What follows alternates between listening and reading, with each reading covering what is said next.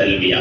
அப்ப இந்த தல்பியாவிலேயே அல்லாஹ் எப்படிப்பட்டவன், அவனுடைய அடியார்கள் நாம் எப்படிப்பட்டவர்கள், நம்மளுடைய ஒவ்வொரு விஷயத்தையும் இப்படி அமைத்துக் கொள்ள வேண்டும் என்று இந்த தல்பியாவிலேயே நம்ம எஹராமோட அணிஞ்ச உடனே நியத்து செய்த உடனே இந்த தல்பியா கூறுவதனுடைய நோக்கமும் இதுதான், இந்த தல்பியாவினுடைய அடையாளமும் இதுதான். அப்ப இந்த விஷயத்தை நம்ம புரிஞ்சுக்கிறோம். அதுபோல உம்ரா செய்யலாம், அமைதியா இருக்கலாம். இப்படி ஒவ்வொரு இடத்துலையும் நம்ம இடம் விட்டு இடம் மாறுகின்ற பொழுது இந்த தல்பியா ஒரு 3 தடவை என்ன செய்யணும். ஆண்கள் சத்தமாகும், பெண்கள் தங்களுடைய மனதுக்குள்ள லேசா நம்மளுடைய வாய் அசைகிற மாதிரி தல்பியாக்களை என்ன செய்யணும் சொல்லிக்கணும். ஏன்னா பெண்களுடைய வாய்ஸ், அதிகமான வாய்ஸ் மற்ற ஆண்களுக்கு கேட்கக்கூடாது. அப்படி கேட்கும் பட்சத்தில் வேறு சிந்தனைகள் வரக்கூடாது. அப்படிங்கிறதுக்காக வேண்டி இந்த ஒரு சின்ன சட்டவியலை நமக்கு சொல்லி தந்திருக்கிறாங்க மார்க்க வல்லுநர்கள். அதை நாம் கடைபிடிக்கணும். அடுத்து ஒருவர் உம்ராவுக்கு போறதுக்கு முன்னாடி என்ன செய்யணும், குளித்துக் கொள்ள வேண்டும். முதல்ல குளித்துக் கொள்ள வேண்டும். இஹ்ராமுடைய அணிவதற்கு முன்னால அந்த குளிப்பை நம்ம எதிர்த்து வச்சுக்கணும். அந்த குளிச்சு முடிஞ்சதுக்கு முன்னாடி உடம்புல இந்த வாசனை திரவியங்களை தேய்ச்சி கொள்ளலாம். இஹ்ராம் உடை அணிந்ததற்கு பின்னாடி எந்த வாசனை திரவியங்களும் என்ன செய்யக்கூடாது, போடக்கூடாது. ஆண்களுக்கு தான் மேலாடை கீழாடை ஒண்ணு இஹ்ராமுடைய ஆடை. பெண்களுக்கு அவங்க நார்மலா எப்பவும் எந்த உடையை அணிஞ்சுக்கிறாங்களோ அதே அவங்களுக்கு என்ன செஞ்சிடும், இஹ்ராம் உடையாக அமைஞ்சிடும். அதே நேரத்தில் தங்களுடைய முடிகள் வெளியே தெரியாத அளவிற்கு என்ன செய்யணும், அதை ஒருத்தர் உடம்புக்கு முடியாம குளிக்க முடியாது. குளிச்சா அவருக்கு என்ன செய்யணும், இஹ்ராமுக்கு முன்னாடி சொல்றேன், குளித்தல் அப்படிங்கிறது இருக்குது. இஹ்ராம் உம்ரா செய்வதற்கு முன்னாடி, இஹ்ராம் ஆடை அணிவதற்கு முன்னாடி அந்த குளித்தல் அப்படிங்கிறதுக்கு ஆண்களுக்கும் பெண்களும் சரி.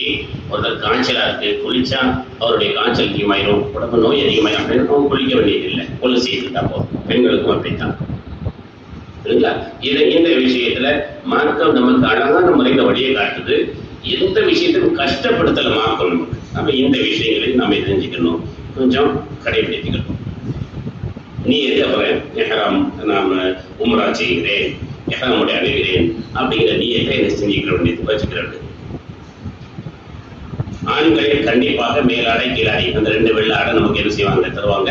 அதை எப்படி அணியணும் அப்படிங்கிறத அங்க உள்ள அந்த ஆடியம் நமக்கு சொல்லி தருவாங்க. அந்த வழிகாட்டுதல் முறைப்படி இப்ப நாம சில செய்திகளை மட்டும்தான் சொல்லிக்கிட்டு இருக்கோம். இதுவே முழுமை அப்படின்னு சொல்லி தயவு செஞ்சு யாரும் நினைச்சிடக்கூடாது.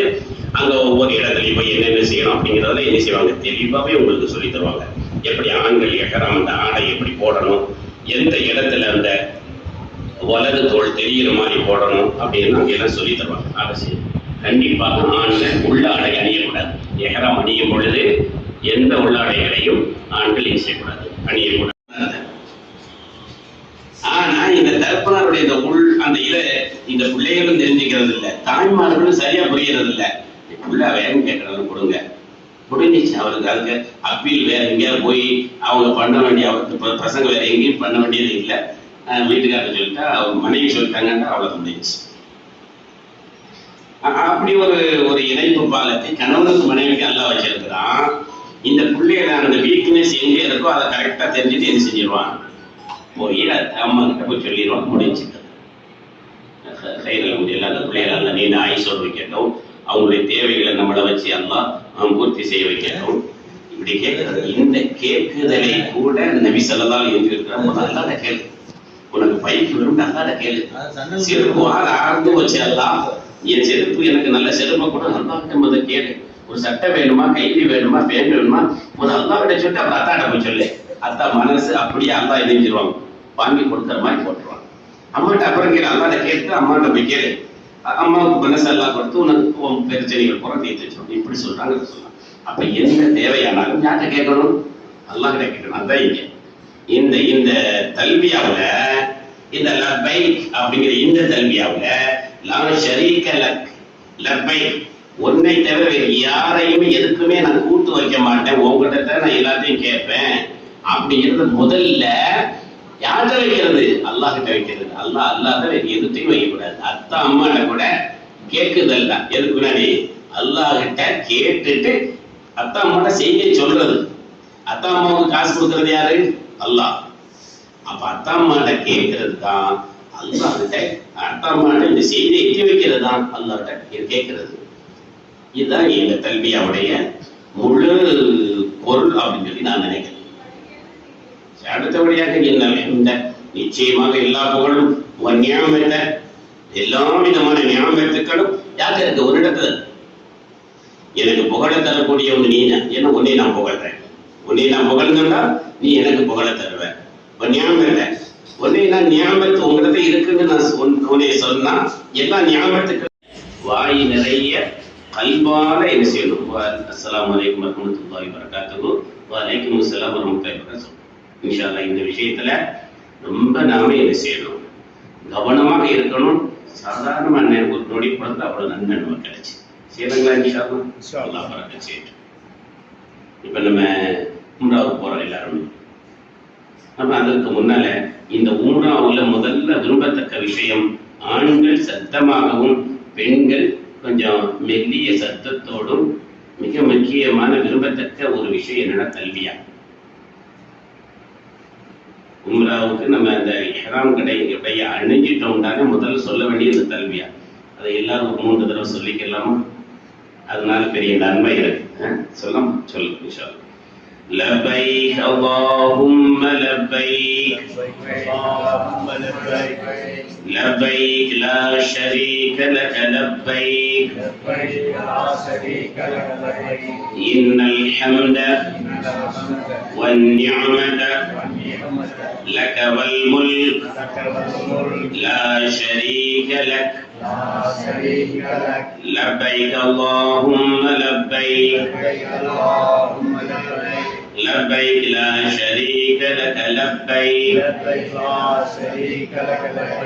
إن الحمد والنعمة لك والملك لا شريك لك لبيك اللهم لبيك لبيك لا شريك لك لبيك إن الحمد والنعمة لك والملك لا شريك لك الحمد لله. மிக பெரிய ஒரு முக்கியமான அல்லாஹ்வை புகழ்ந்திருக்கிறோம்.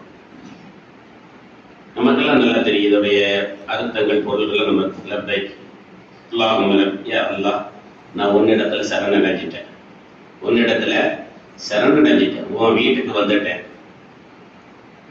என்னுடைய சரணடைதலை நீ ஏற்றுக்கொள். லா ஷரீக லக் லப்பைக், நான் உன்னை தவிர வேற யாரையுமே இறைவனாகவோ எனக்கு அதை தருவான் இதை தருவான்னு நான் நினைக்கல. நீ மட்டும்தான் எனக்கு எல்லாமே தருவ, வேற யாரும் எனக்கு எதுவும் தர முடியாது. உனக்கு நான் வேற யாரையும் நான் கூட்டாக வேற எந்த ஒரு விஷயத்தை வைக்க மாட்டேன். அல்லாஹ் எல்லாமே அல்லா தரக்கூடியது தானே. ரசூலுல்லாஹ் தானே சொல்லுவாங்க, உனக்கு ஒரு செருப்பு வாரம் அறந்துட்டாலும் கூட யார்கிட்ட கேளு, அல்லாஹ்ட்ட கேளு. நம்ம உடனே என்ன செய்யறோம்? செருப்பு வாரம் இருந்துருச்சுன்னா பிள்ளையா இருந்தா அத்தாட்ட போய் கேட்கிறோம்.